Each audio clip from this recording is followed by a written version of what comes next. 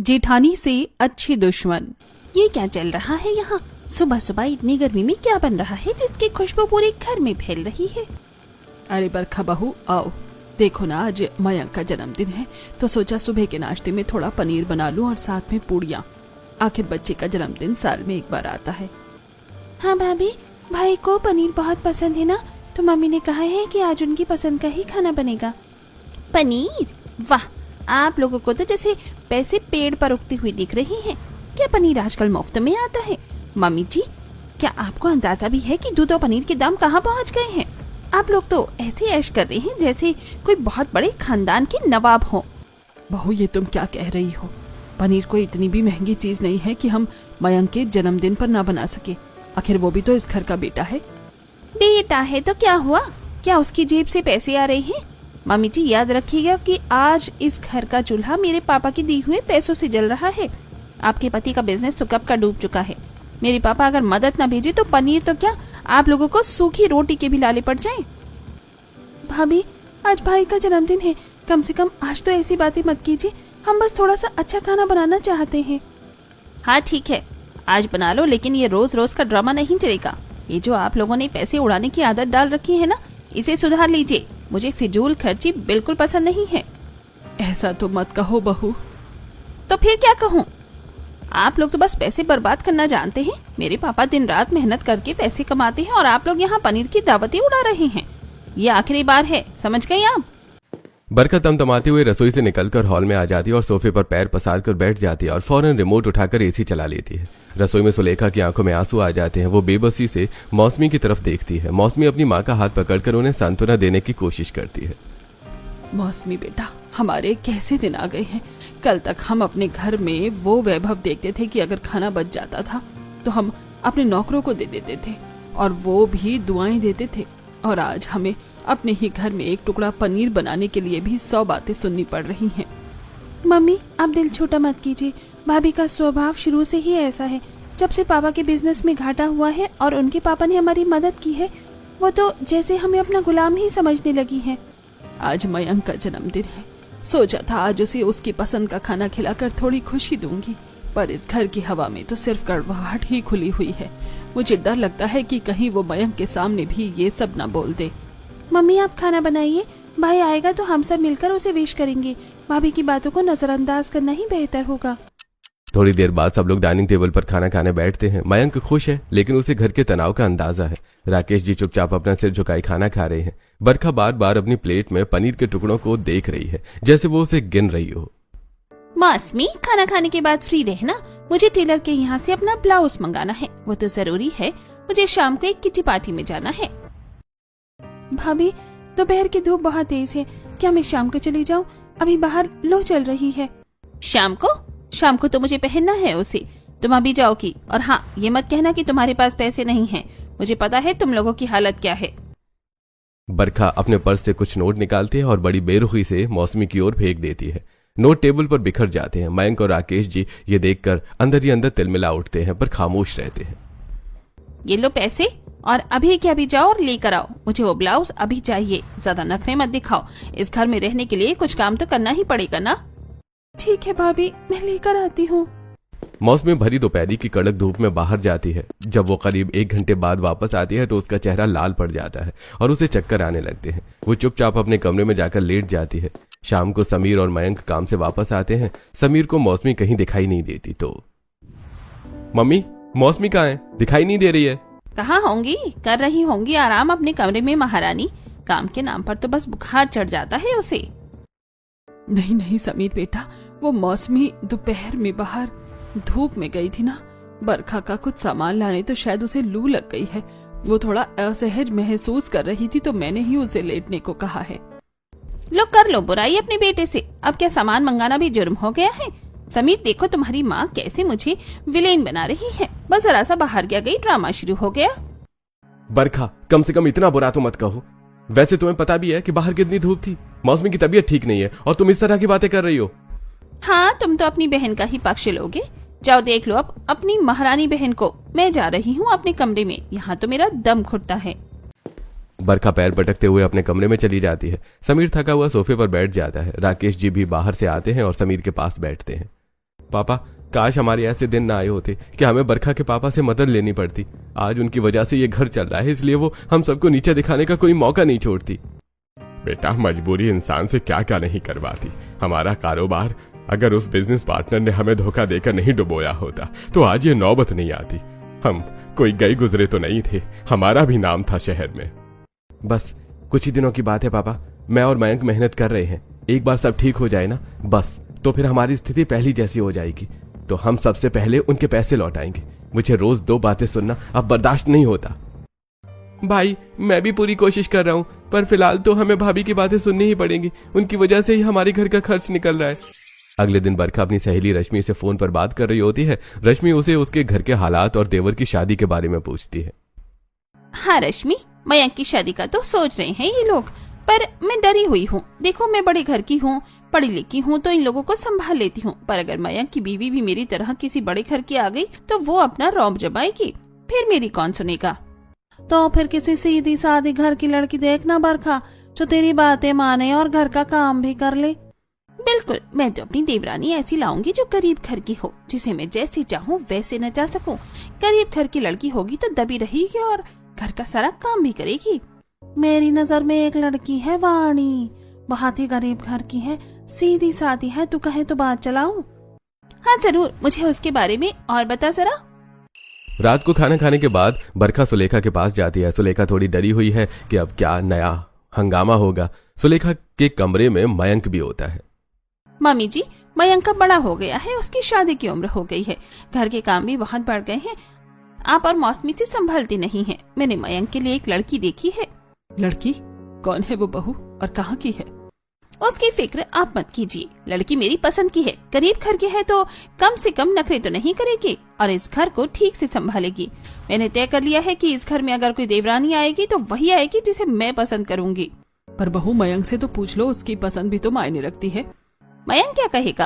क्या उसके पास इतने पैसे हैं कि वो अपनी पसंद की शादी कर सके? याद रखिए, शादी का सारा खर्च भी मेरी तरफ से होगा, इसलिए जुबान बंद रखिए और जो मैं कह रही हूँ वो मान लीजिए।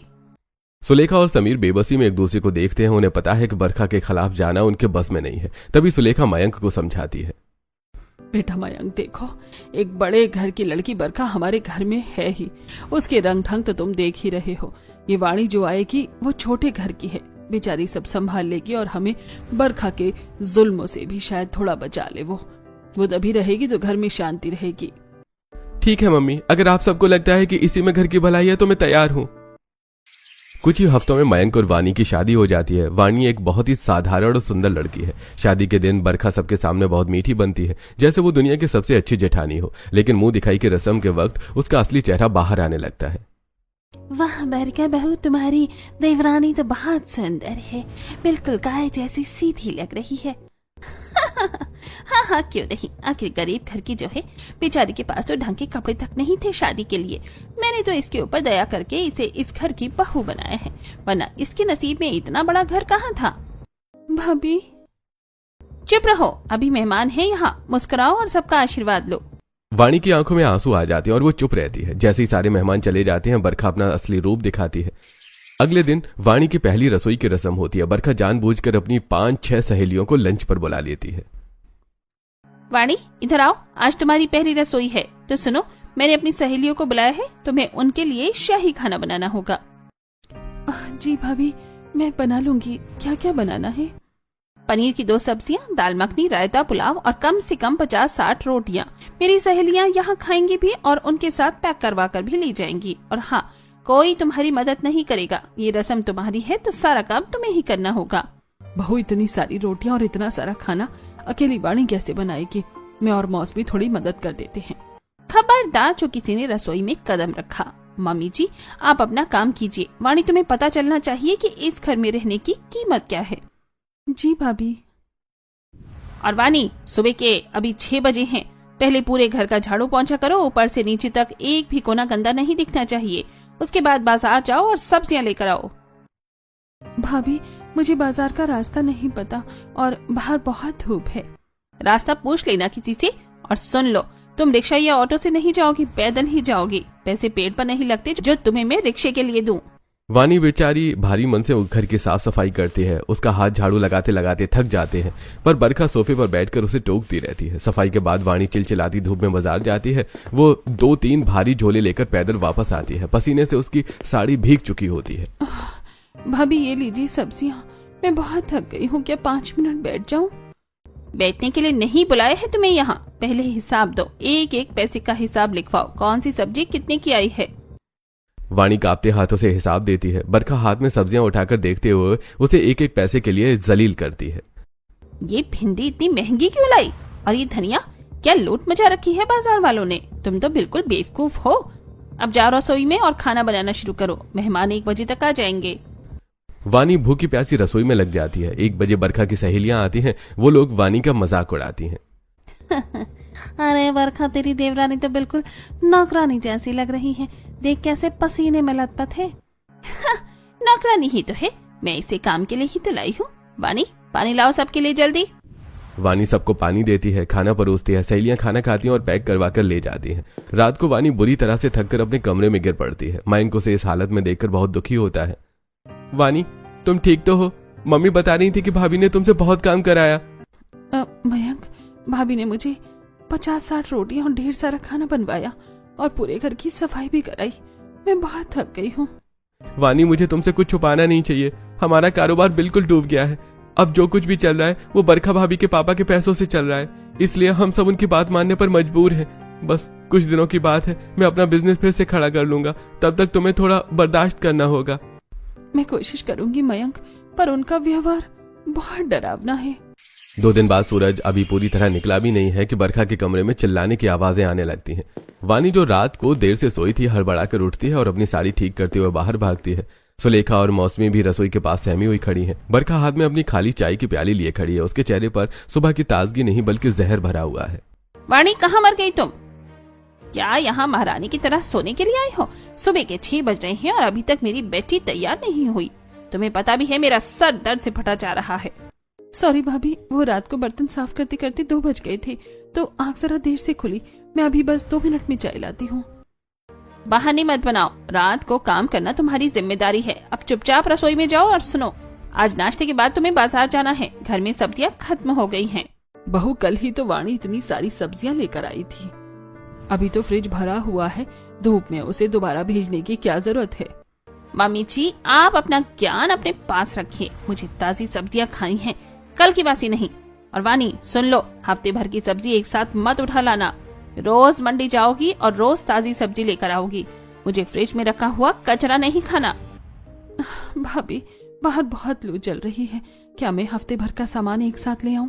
इससे पैसे भी बचेंगे और मुझे बार बार धूप में नहीं जाना पड़ेगा। पैसे क्या तुम्हारा बाप देगा, या तुम्हारे मायके से दहेज में नोटों की गड्डियां आई हैं? ये मेरा घर है, मेरे बाप के पैसे से चल रहा है। ज्यादा होशियारी दिखाने की जरूरत नहीं है। जितना कहा है उतना करो। रोज सुबह और शाम मंडी जाओगी, समझी तुम? वानी की आंखों में अपमान के आंसू भर जाते हैं। वो चुपचाप रसोई में जाती है और चाय बनाकर बरखा को देती है। नाश्ते के बाद जब सूरज आसमान के बीचों बीच पहुंच चुका होता है, बरखा उसे एक लंबी लिस्ट थमा देती है। वानी बाजार के लिए निकलती है। पसीने से तरबतर वानी जब सब्जियों के भारी थैले लेकर वापस लौटती है तो उसकी सांसें फूल रही होती है। भाभी, ये लीजिए सब्जियां। मैं जरा 2 मिनट बैठ जाऊं, मेरा सर बहुत चकरा रहा है। अरे, ये टमाटर इतने गले हुए क्यों लाई हो? और अदरक कहाँ है? मैंने लिस्ट में अदरक लिखा था ना। अदरक? ओह भाभी, लगता है मैं भूल गई, बहुत भीड़ थी वहाँ। भूल गई? दिमाग घर रख कर गई थी क्या? अभी वापस जाओ और अदरक लेकर आओ। मुझे अभी चाय पीनी है और बिना अदरक के मुझे चाय पसंद नहीं है। भाभी, अभी तो मैं आई हूँ, कम से कम 1 गिलास पानी तो पी लेने दीजिए, बाहर आग बरस रही है। कोई पानी वानी नहीं, पहले अदरक लाओ फिर बैठना। और खबरदार, जो ऑटो किया, पैदल जाओगी पैदल आओगी, जाओ। वानी लड़खड़ाते कदमों से दोबारा बाहर निकलती है। उसे अपनी किस्मत पर रोना आता है। उसे अपनी सहेली की बातें याद आती हैं जो कहती थी कि ससुराल में सब प्यार करेंगे। वो मन ही मन बुदबुदाती है। हे भगवान, ऐसी जेठानी से तो दुश्मन अच्छे हैं, कम से कम दुश्मन सामने से वार तो करता है, ये तो तिल तिल मार रही है। अब जब वानी वापस आती है और रसोई में काम करने लगती है तो सुलेखा उसकी हालत देख नहीं पाती। वाणी बेटा, तू बैठ जा, मैं और मौसमी जरा सब्जी छील देते हैं। बरखा अपने कमरे में सो रही है, उसे पता नहीं चलेगा। नहीं मम्मी जी, अगर वो जग गई और उन्होंने देख लिया तो वो आप पर भी चिल्लाएंगी। मुझे करने दीजिए।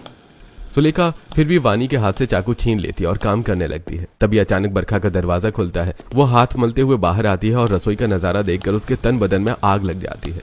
क्या हो रहा है यहाँ मम्मी जी? मौसमी, मैंने आप लोगों को मना किया था ना कि इसकी मदद मत करना। आप लोग फिर इसकी मदद के लिए आ गए। इसे बिगाड़ क्यों रहे हैं आप? बहू देख तो सही, बच्ची का चेहरा कैसे पीला पड़ गया है। वो 2 बार बाजार हो आई है, थोड़ी इंसानियत तो दिखा। इंसानियत? मेरी इंसानियत देखनी है? ठीक है, आज से मैं घर का सारा खर्चा बंद कर रही हूँ। मयंक और समीर से कह देना कि अब दाना पानी खुद जुटाएं। मैं जा रही हूँ अपने मायके। आप लोग भीख मांगते रहना, तब पता चलेगा इंसानियत क्या होती है। भाभी, आप बात का बतंगड़ क्यों बना रही हैं? मम्मी तो बस मदद कर रही थी। मौसमी, तुम चुप रहो, बहुत जुबान चलने लगी है तुम्हारी। मम्मी जी, या तो ये वाणी सारा काम अकेले करेगी या फिर आप दोनों मिलकर सारा काम करोगी। मुझे कोई तीसरा बंदा रसोई में नहीं दिखना चाहिए, समझ गए आप? बरखा के डर से सुलेखा पीछे हट जाती है। वानी फिर से काम में जुट जाती है। अगले दिन बरखा उसे एक नया फरमान सुनाती है। वाणी, आज छत की सफाई करनी है। ऊपर बहुत धूल जमी है और गमले भी इधर उधर बिखरे हैं। पहले छत से लेकर नीचे आंगन तक की सफाई करो, उसके बाद खाना बनाना। आज सब्जी नहीं बनेगी, सब दाल से खा लेंगे। बाजार मत जाना, बस ये सफाई हो जानी चाहिए। भाभी, छत पर तो बहुत धूप होगी, क्या मैं शाम को कर लूं? अभी मतलब अभी? दोपहर की रोशनी में सफाई अच्छी दिखती है? जाओ। दोपहर के 2 बज रहे हैं। वानी छत पर झाड़ू लगा रही है। सीमेंट की छत तवे जैसी तप रही है। वानी के पास सैंडल नहीं है क्योंकि बरखा ने उसे चप्पल पहनकर जाने के लिए मना किया था। नंगे पैर वो गर्म छत पर तड़प कर सफाई कर रही थी। पड़ोस की छत पर रहने वाली औरत ये सब देख रही है। हे भगवान, ये मेरी जेठानी कितनी बुरी है। इससे अच्छे तो दुश्मन ही है। अरे देखो, ये नई बहू तो नंगे पैर छत साफ कर रही है। इसकी जेठानी तो बिल्कुल डायन है, डायन। बेचारी बच्ची के पैर जल रहे होंगे। सही कह रही हो बहन, कितना जुल्म करती है वो बरखा इस बेचारी पर। इससे अच्छा तो दुश्मन ही अच्छे हैं, कम से कम वो इतना नीचे तो नहीं गिरते। पर हम क्या कर सकते हैं? सफाई खत्म करके जब वानी नीचे आती है तो उसके पैरों के तलवों में लाल लाल छाले पड़ चुके होते हैं। वो दर्द से कराहते हुए सोफे के कोने पर बैठती है। भाभी, मेरे पैरों में बहुत जलन हो रही है। छाले पड़ गए हैं, क्या मैं थोड़ा आराम कर लूं? कोई छाले वाले नहीं पड़े हैं। ड्रामा करना तो कोई तुमसे सीखे। थोड़ा सा गरम क्या लग गया, मरने की बातें करने लगी। चलो उठो, रसोई में जाओ और खाना बनाओ। अभी समीर और मयंक आते होंगे, काम चोरी नहीं चलेगी यहाँ। वानी रोते हुए रसोई में जाती है। शाम को मयंक आता है और वानी के पैरों में पट्टी बंधी देखकर घबरा जाता है। वानी, ये क्या हुआ तुम्हारे पैरों को? तुम चल क्यों नहीं पा रही हो? कुछ नहीं मयंक, वो बस छत साफ करते समय भाभी ने कहा था। भाई देखो, भाभी क्या कर रही हैं? वानी के पैर जल गए हैं। क्या ये सब बर्दाश्त करना जरूरी है? मयंक, शांत हो जा। मुझे पता है ये गलत हो रहा है, पर बरखा के पापा ने हमें कल ही एक नया बिजनेस प्रपोजल भेजा है।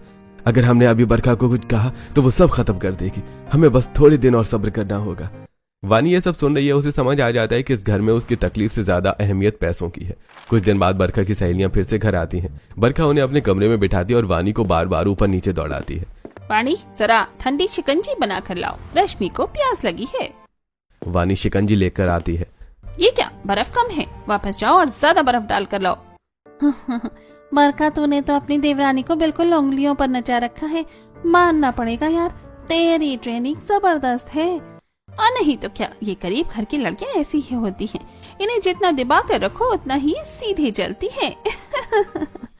एक दिन मेरा सब्र टूटेगा भाभी, और उस दिन आपको पता चलेगा कि एक गरीब इंसान की बद्दुआ क्या होती है। अगले दिन वानी बाजार से लौट रही होती है कि अचानक उसे चक्कर आता है और वो सड़क के बीचों बीच बेहोश होकर गिर जाती है। वहीं गीता उसे देख लेती है और वो लोगों की मदद से उसे घर पहुंचाती है। शर्म आनी चाहिए तुम्हें बरखा, ये बच्ची बाजार में बेहोश हो गई थी। देखो इसकी हालत, कितना काम करवाओगी इससे? तुम इंसान हो या पत्थर? तुमसे अच्छे तो दुश्मन है जो कम से कम जान तो नहीं लेते। आप अपने काम से काम रखिए, मेरे घर में दखल देने की जरूरत नहीं है। ले जाइए इसे अंदर। गीता के जाते ही बरखा वानी को झकझोर कर उठाती है। ये क्या तमाशा था? जानबूझकर पड़ोसियों के सामने बेहोश हुई ताकि मुझे बुरा दिखा सको? तुम्हें लगता है कि तुम सहानुभूति लूट लोगी? नहीं भाभी, सच में चक्कर आ गया था। बरखा का हाथ उठता है और एक जोरदार चांटा वानी के गाल पर पड़ता है। वानी फर्श पर गिर जाती है। तभी सुलेखा दौड़ कर आती है। बरखा, ये क्या किया तूने? हाथ उठा दिया बहू पर। मम्मी जी चुप रहिए, अगर इसने दोबारा ऐसा नाटक किया तो मैं इसका और भी बुरा हाल करूंगी। और आप सुन लीजिए, अगर आप लोगों को जरा भी तकलीफ है तो अभी के अभी अपना बोरिया बिस्तर बांधिए और बाहर निकल जाइए। ये घर मेरे दम पर चल रहा है, याद है ना? वानी जमीन पर पड़ी सिसक रही है। सुलेखा उसे सहारा देकर उठाती है। बरखा तमतमाते हुए अपने कमरे में चली जाती है। सुलेखा उसे पानी पिलाती है। शांत हो जा बेटी, शांत हो जा, भगवान सब देख रहा है। मम्मी जी, अब बस बहुत हुआ। अब मुझे समझ आ गया है कि इस घर में सिर्फ जुल्म की भाषा ही चलती है। ऐसी जल्लाद जेठानी से अच्छे तो दुश्मन ही है। अगले दिन दोपहर में बरखा अपने कमरे से निकलती है। उसे बहुत प्यास लगी होती है। वानी, ओ वानी, जरा पीने के लिए गुनगुना पानी लाओ, मेरा गला थोड़ा खराब लग रहा है। जी भाभी, लाती हूँ। वानी रसोई में जाती है और पानी गर्म करने लगती है। उसका ध्यान कहीं और होता है। पानी हल्का सा गर्म ज्यादा हो जाता है। वो कप लेकर बरखा के पास आती है। बरखा जैसे एक घूंट पीती है तो वो चिल्ला उठती है। जल गई, मेरा गला जल गया। तुमने जानबूझकर उबलता हुआ पानी दिया, मुझे मारना चाहती हो तुम। नहीं भाभी, वो गलती से थोड़ा ज्यादा गर्म हो गया होगा, मैंने ध्यान नहीं दिया। I am sorry. सॉरी? अब मैं तुम्हें दिखाती हूँ कि गर्म पानी क्या होता है। तुमने मेरा गला जलाने की कोशिश की है ना, अब देखो दुश्मन क्या होता है। तुम रोज बोलती हो ना कि ऐसी जेठानी से अच्छे दुश्मन है, अब मैं तुम्हें दिखाती हूँ असली दुश्मनी। बरखा झपट्टा मारकर वानी का हाथ पकड़ती है और उसे खींचते हुए रसोई की तरफ ले जाती है। वानी चिल्ला रही होती है पर बरखा की ताकत के आगे वो बेबस है। बरखा गैस पर बड़ा तपेला रखती है और उसमें पानी भरकर उसे पूरी आंच पर चढ़ा देती है। भाभी, ये आप क्या कर रही हैं? प्लीज छोड़ दीजिए, मुझे डर लग रहा है। डर? अभी तो तुमने डर देखा ही कहाँ है। जब तक ये पानी खोलेगा तब तक तुम यहीं खड़ी रहोगी और अपनी मौत का इंतजार करोगी। मैंने तुम्हें बहुत सर पर चढ़ा लिया है, अब तुम्हें सबक सिखाना ही पड़ेगा। पानी खौलने लगता है, भाप निकलने लगती है। बरखा की आंखों में एक अजीब सी सनक सवार है जो उसे सही गलत का फर्क ही नहीं करने दे रही है। अब देखो वाणी, क्या होता है गर्म पानी। तुमने मुझे जलाया था ना, अब ये लो। इससे पहले कि वानी कुछ समझ पाती, बरखा उसका हाथ पकड़कर खौलते हुए पानी के तपेले में डाल देती है। बचाओ मम्मी जी, मयंक बचाओ।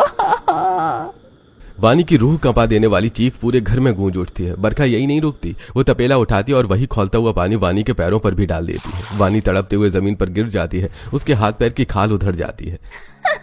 इसे कहती है असली दुश्मनी। देख लिया, अब दोबारा मत कहना कि मेरी जेठानी से अच्छी दुश्मन है। रसोई के फर्श पर वानी तड़प रही है। उसकी चीखें दीवार चीरती हुई पूरे मोहल्ले में गूंज उठी हैं। खौलते हुए पानी ने उसके कोमल हाथों और पैरों की खाल को जलाकर रख दिया है। सफेद चाले उभर आए हैं और जगह जगह से लाल कच्चा मांस दिखाई दे रहा है। सुलेखा और मौसमी बदहवास होकर रसोई की तरफ भागती हैं। सामने का नजारा देखकर दोनों के कलेजे मुंह को आ जाते हैं। बरखा हाथ में खाली तपेला लिए खड़ी है। उसकी आंखों में पछतावा नहीं बल्कि एक डरावनी जीत की चमक है। अरे ये क्या कर दिया तूने?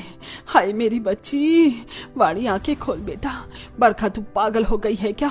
ये क्या जुल्म है? भाभी, आपने क्या किया? इनके हाथ पैर तो बिल्कुल झुलस गए हैं। आप इतनी गिर सकती हैं, हमने कभी सोचा भी नहीं था। चुप रहो तुम दोनों, बहुत वकालत कर रही हो इसकी। इसने मेरा गला जलाने की कोशिश की थी, उबलता पानी पिलाया था मुझे। बस अब बहुत हुआ बरखा।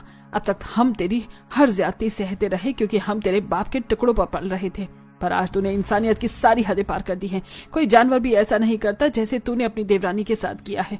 ये दुश्मनी नहीं, ये कत्ल की कोशिश है। सुलेखा फौरन रसोई से बाहर भागती है और पड़ोसन के घर की ओर दौड़ती है। बहन जी, जरा सुनिए, जल्दी मेरे बेटे समीर और मयंक को फोन लगवाइए। मेरी छोटी बहू वाणी जल गई है, उस बरखा ने उसे जला दिया। जल्दी कीजिए वरना वो मर जाएगी। क्या? ये लड़की तो पागल हो गई है। मैं अभी फोन करती हूँ समीर को, आप घबराइए मत। थोड़ी देर में समीर और मयंक अपनी मोटरसाइकिलें घर के बाहर पटकते हुए अंदर भागते हैं। मयंक जब रसोई में अपनी पत्नी की बेसुध और जली हुई हालत में देखता है तो उसकी चीख निकल जाती है। वानी, वानी उठो, भाई देखो उसके पूरे हाथ पैर जल गए हैं। जहर है तू बरखा, सिर्फ जहर। आज अगर इसे कुछ हुआ तो मैं तुझे जेल भिजवा कर ही दम लूंगा। अरे दूर हट जा यहाँ से, शर्म आती है कि तुझे कि तू मेरी पत्नी है। मयंक, जल्दी से उठाओ, हमें तुरंत वानी को हॉस्पिटल ले जाना होगा। मयंक और समीर वानी को चादर में लपेटकर गाड़ी में डालते हैं और अस्पताल की ओर भागते हैं। पीछे पीछे सुलेखा और मौसमी भी रिक्शे से पहुंचती हैं। अस्पताल पहुंचते ही डॉक्टर वानी की हालत देखकर दंग रह जाते हैं। देखिए, ये कोई मामूली एक्सीडेंट नहीं है, ये 3rd डिग्री बर्न्स लग रहे हैं और जिस तरह से पानी गिरा है ये साफ दिख रहा है कि किसी ने जानबूझकर इनके ऊपर खौलता हुआ पानी डाला है। मयंक जी, मुझे पुलिस को इन्फॉर्म करना होगा, ये पुलिस केस है। डॉक्टर साहब, आपको जो करना है कीजिए, बस मेरी पत्नी को बचा लीजिए, वो बहुत दर्द में है। इसी बीच सुलेखा ने एक बड़ा कदम उठाया। उन्होंने बरखा के पिता दीनदयाल और मां शांति को फोन करके अस्पताल बुला लिया। उन्हें लगा कि अब पानी सिर से ऊपर जा चुका है। दीनदयाल और शांति हड़बड़ाए हुए अस्पताल पहुंचते हैं। राकेश भाई, सुलेखा बहन जी, क्या हुआ? बरखा का फोन आया था कि कुछ अनहोनी हो गई है। वानी बेटा कैसी है? दीनदयाल जी, आप मेरे पति के बचपन के दोस्त हैं। आपने हमारी मदद की, हम आपके शुक्रगुजार हैं। पर आपकी बेटी ने आज हमारी बहू को जिंदा जलाने की कोशिश की है। देखिए अंदर जाकर उस मासूम का क्या हल किया है इसने। नहीं नहीं, मेरी बरखा ऐसा नहीं कर सकती। वो थोड़ी तेज मिजाज की जरूर है, पर इतना ही निर्दय नहीं है। आंटी, आप झूठ बोल रही हैं। या आपको पता ही नहीं कि आपकी बेटी घर में क्या तांडव मचाती है। वो हमें जानवरों की तरह ट्रीट करती है, सिर्फ इसलिए क्योंकि आप हमें पैसे देते हैं। वो हमें अपना गुलाम समझती है। दीनदयाल का सिर शर्म से झुक जाता है। वो अंदर जाकर कांच के पीछे से वानी को देखते हैं, जो पट्टियों में लिपटी दर्द से करा रही है। तभी पुलिस के 2 सिपाही और एक इंस्पेक्टर वहां पहुंचते हैं। हमें रिपोर्ट मिली है कि यहाँ एक बर्न केस आया है जो सस्पेक्टेड है। मरीज का पति कौन है? मैं हूँ सर। मेरी पत्नी के साथ ये सब मेरी भाभी बरखा ने किया है। मैं बयान देने को तैयार हूँ। बरखा वहां एक कोने में खड़ी कांप रही है। उसे अब एहसास हो रहा है कि खेल उसके हाथ से निकल गया है। वो दौड़कर अपने पिता के पास जाती है। पापा, पापा प्लीज मुझे बचाइए। मेरा इरादा उसे इतना जलाने का नहीं था, वो तो बस गुस्से में। आप अपनी पहचान लगाइए पापा, पुलिस को रोकिए। चुप रहे, बिल्कुल चुप रहे। मुझे शर्म आ रही है कि तू मेरी बेटी है। मैंने तुझे पढ़ा लिखा कर बड़े से घर में भेजा था, इसलिए नहीं कि तू दूसरों की बेटियों पर जुल्म करे। मैं तो ये सोचकर मदद कर रहा था कि मेरे दोस्त का घर संभल जाए, पर तूने तो उस मदद को अपना हथियार बना लिया। पापा प्लीज, मैं जेल नहीं जाना चाहती। इंस्पेक्टर साहब, आप अपना काम कीजिए। अगर मेरी बेटी अपराधी है तो उसे सजा मिलनी ही चाहिए। तभी डॉक्टर बाहर आते हैं और बताते हैं कि वानी को होश आ गया है। पुलिस बयान लेने के लिए अंदर जाती है। सब लोग सांस रोककर इंतजार कर रहे हैं। बरखा को लग रहा है कि अब उसकी जिंदगी खत्म होने वाली है। बेटा डरो मत, सच सच बताओ, तुम्हारे साथ ये सब किसने किया? क्या तुम्हारी जेठानी ने तुम पर गर्म पानी डाला? वानी की आंखों में आंसू हैं। वो दर्द से करा रही है। वो एक नजर बाहर खड़े मयंक और डरी हुई बरखा की तरफ देखती है। कमरे में सन्नाटा छा जाता है। नहीं सर, ये किसी ने नहीं किया। क्या? डॉक्टर तो कह रहे थे कि यह हमला है। क्या तुम पर कोई दबाव है? नहीं सर, मेरी ही लापरवाही थी। मैं रसोई में काम कर रही थी। अचानक मेरा पैर फिसला और खौलता हुआ तपेला मेरे ऊपर उलट गया। मेरे हाथों से रोकने की कोशिश में जल गई। किसी की कोई गलती नहीं है, ये बस एक हादसा था। बाहर खड़े सभी लोग, खासकर बरखा, ये सुनकर सन्न रह जाती है। इंस्पेक्टर और डॉक्टर एक दूसरे को देखते हैं, पर क्योंकि मरीज खुद इसे एक्सीडेंट बता रहा है, वो कुछ नहीं कर पाते। देखिए, मरीज ने अपना बयान दे दिया है, अब हम कुछ नहीं कर सकते, पर याद रखिए सच छुपता नहीं है। पुलिस के जाने के बाद सब लोग वानी के पास आते हैं। बरखा जमीन पर बैठ जाती है और फफक फफक कर रोने लगती है। वानी, तुमने ऐसा क्यों किया? मैंने तुम्हारे साथ इतना बुरा बर्ताव किया, तुम्हें इस हालत में पहुंचा दिया, फिर भी तुमने मुझे बचा लिया, क्यों? क्योंकि भाभी, जेठानी से अच्छे दुश्मन वाली बात मैं साबित नहीं होने देना चाहती थी। अगर मैं आपको जेल भेज देती तो इस घर का मान सम्मान मिट्टी में मिल जाता। मेरे मयंक और समीर भाई का सर झुक जाता। दुश्मन तो चोट पहुंचाते हैं, पर परिवार तो घाव भरता है ना। मुझे लगा शायद इस आग में आपकी कड़वाहट जल गई होगी। मुझे माफ कर दो वाणी, मुझे माफ कर दीजिए मम्मी जी, मयंक, समीर। मैं अहंकार में अंधी हो गई थी। मुझे लगा पैसों से सब कुछ खरीदा जा सकता है, पर आज वाणी ने मुझे वो दे दिया जो दुनिया की कोई दौलत नहीं दे सकती, मेरी इज्जत और मेरी आजादी। बेटा वानी, आज तूने साबित कर दिया कि संस्कार गरीबी या अमीरी से नहीं आते, वो दिल से आते हैं। राकेश भाई, मुझे गर्व है कि मेरी बेटी को आप जैसा परिवार और वानी जैसी देवरानी मिली। 1 महीना बीतता है। वानी अब घर लौट आई है। हालांकि उसके हाथों पर पट्टियां बंधी हैं। बरखा पूरी तरह से बदल चुकी है। वो रसोई में खड़ी खाना बना रही है और वानी को सोफे पर बिठा रखा है। वाणी, चुपचाप बैठी रहो। डॉक्टर ने कहा है कि अभी तुम्हें आराम करना है। और सुनो मम्मी जी, आज से घर का सारा काम मैं करूंगी। वाणी जब तक पूरी तरह ठीक नहीं होती, ये इस घर की छोटी रानी बनकर रहेगी। देख रही हो राकेश जी, आखिरकार हमारे घर में खुशहाली आ ही गई। भाभी, आप भी तो थक जाएंगी। अब ये बड़ी बहन की जिम्मेदारी है वाणी। तूने मुझे नया जन्म दिया है। अब देख मैं ये घर कैसे स्वर्ग बनाती हूँ। अब से हम देवरानी जेठानी नहीं, सगी बहनें बनकर रहेंगे। मयंक और समीर दरवाजे पर खड़े ये नजारा देख रहे हैं। समीर ने मयंक के कंधे पर हाथ रखा है। मयंक देख, अब खुशबू कड़वाहट की नहीं प्यार की आ रही है। हाँ भाई, वाकई कभी कभी बुराई को खत्म करने के लिए खुद को थोड़ा जलाना पड़ता है। पूरा परिवार एक साथ बैठकर खाना खाता है। बरखा खुद अपने हाथों से वाणी को निवाला खिलाती है। घर का तनाव खत्म हो चुका है और उसकी जगह अब खिलखिलाहट ने ले ली है।